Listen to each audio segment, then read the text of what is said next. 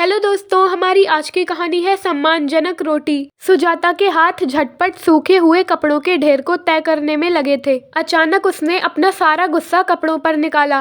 कपड़े पटक कर मन ही मन बुदबुदाने लगी। कब तक यूं ही तिल तिल कर जीते रहेंगे मेरे बच्चे? इस घर के लोगों के लिए क्या कुछ नहीं किया मैंने, पर मेरे बच्चों को 2 वक्त की सम्मानजनक रोटी खाने नसीब नहीं होती। आज सुबह की घटना उसकी आंखों के सामने फिर आ गई। उसकी 8 वर्षीय बेटी पलक की गलती बस इतनी थी कि उसने अपनी ताईजी रेनू से पनीर के 2 टुकड़े मांग लिए। ताईजी, मेरी सब्जी में पनीर के बदले आलू हैं और सोनू भैया की सब्जी में 5-5 पनीर के टुकड़े हैं। मुझे भी पनीर दे दीजिए। भैया को आपने गरम रोटी दी और मुझे कल की बासी रोटी। पलक ने उदासी भरे स्वर में कहा। तुम्हारे पापा कोई जायदाद छोड़कर नहीं गए। तुम्हारे बड़े पापा अकेले कमाने वाले और घर में कितने खाने वाले। फ्री की रोटी मिल रही है, वही बहुत है। पनीर खाने के सपने छोड़ दो, रेनू ने गुस्से से कहा। मासूम पलक की आंखों से आंसू बह निकले। सुजाता पलक के पास दौड़ी चली आई। अपनी बेटी की आंखों में आंसू देख वह अपने आप को बहुत बेबस महसूस कर रही थी। फिर वह पलक को समझाने लगी, बेटा जो मिल रहा है चुपचाप खा लिया करो। संयुक्त परिवार में सबसे छोटी बहू बनकर आई थी सुजाता। बहुत शालीन और घर के कामों में निपुण थी सुजाता। पति राघव का साथ और प्यार पाकर चहकती रहती और दौड़ दौड़ कर सबके काम करती रहती। परिवार में पति, सास, जेठ, जेठानी रेनू और उनका बेटा सनी था। शादी के बाद 5 वर्षों में सुजाता 2 बच्चों की मां बन चुकी थी, बड़ी बेटी पलक और छोटा बेटा वंश। सुजाता का पति राघव एक प्राइवेट कंपनी में काम करता था। इतना तो कमा ही लेता था कि परिवार का गुजारा अच्छे से हो सके। सब कुछ कितना अच्छा चल रहा था, पर एक दिन भगवान ने जाने किस गलती की सजा दी। राघव को साइलेंट अटैक आने से वो पूरा जीवन साथ निभाने का वादा तोड़ हमेशा हमेशा के लिए सुजाता का साथ छोड़कर चला गया। बेसुध सी सुजाता कुछ समझ न पाई। अपनी सूनी आंखों से कभी गोद में बैठे बेटे वंश को देखती तो कभी आंचल पकड़े नन्ही सी पलक को। सुजाता की पूरी जिंदगी एकदम से उजड़ चुकी थी। मायके में उसके भाई भाभी थे। भाई ने उसे साथ चलने को कहा, लेकिन सुजाता ने इनकार कर दिया,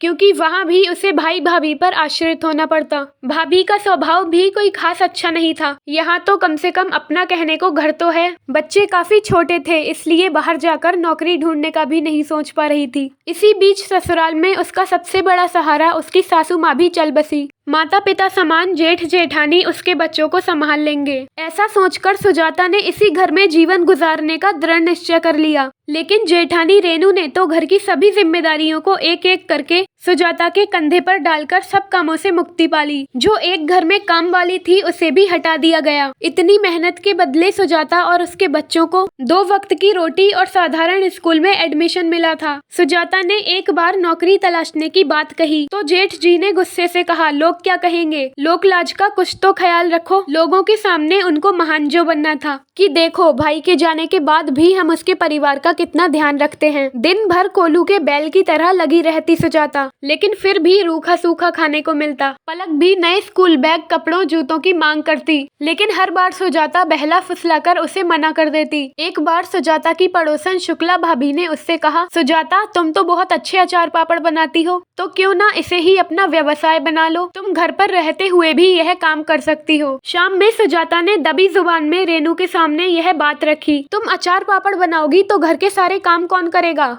काम शुरू करने के लिए भी तो पैसे चाहिए। हमारे पास नहीं है इतने पैसे, रेनू ने कहा। सुजाता अपना सा मुंह लेकर चुप रह गई, लेकिन आज अपनी बेटी को थोड़े से खाने के लिए रोता देख सुजाता के अंदर बहुत कुछ टूट गया था। वह पूरी रात सो न सकी। सुबह उठी, बच्चों को स्कूल भेजा, जल्दी जल्दी घर के कामकाज किए और भगवान के आगे हाथ जोड़कर बेटे को साथ ले एक सुनार की दुकान पर अपने सोने के झुमके लेकर पहुँच गई। उन्हें बेचने से पहले एक बार को उसका मन कांप गया, क्या मैं सही कर रही हूँ? यह झुमके तो उसके पति राघव की लाई हुई अंतिम निशानी है। फिर उसे अपनी रोती हुई बेटी का चेहरा दिखाई दिया। उसने मन ही मन पति से कहा, मुझे माफ कर दीजिए, मैं बहुत मजबूर हूँ, मुझसे अपने बच्चों की लाचारी देखी नहीं जा रही। उसने झुमके बेच सुनार से पैसे ले लिए। घर आकर उसने जेठ जेठानी के सामने अपनी बात रखी, मेरे बच्चों को भी खाने पीने, पहनने ओढ़ने का हक है और उनके लिए मैं मेहनत करूंगी। मैंने पैसों का इंतजाम कर लिया है, मैं अपनी कला को व्यवसाय में बदलूंगी। यह छोटे मोटे काम करके क्या हो जाएगा। इतना आसान नहीं है यह सब। और घर के सारे काम फिर कौन करेगा? रेनू भाभी बोली। भाभी, यह मकान आपका नहीं, हमारे ससुर जी का है, इसलिए आज के बाद आधे काम मैं करूंगी और आधे काम आप करेंगी। और काम तो काम होता है, क्या छोटा क्या बड़ा। अगले दिन से सुजाता अपने हिस्से का काम खत्म कर अचार पापड़ बनाने की तैयारी करने लगी। आसपास जाकर ऑर्डर लेने लगी। लोगों को स्वाद पसंद आया और ऑर्डर मिलने लगे। अब तो वह बड़े पैमाने पर सामान दुकानों में भी सप्लाई करने लगी। अपनी पहली कमाई देख सुजाता की आंखों से खुशी के आंसू बह निकले। अब वह खुश थी कि अपने बच्चों को आत्मसम्मान का जीवन दे सकेगी। दोस्तों, आपको कहानी कैसी लगी कमेंट बॉक्स में जरूर बताएं। कहानी अच्छी लगी हो तो वीडियो को लाइक शेयर करें और चैनल को सब्सक्राइब करें। वीडियो को एंड तक देखने के लिए बहुत बहुत शुक्रिया।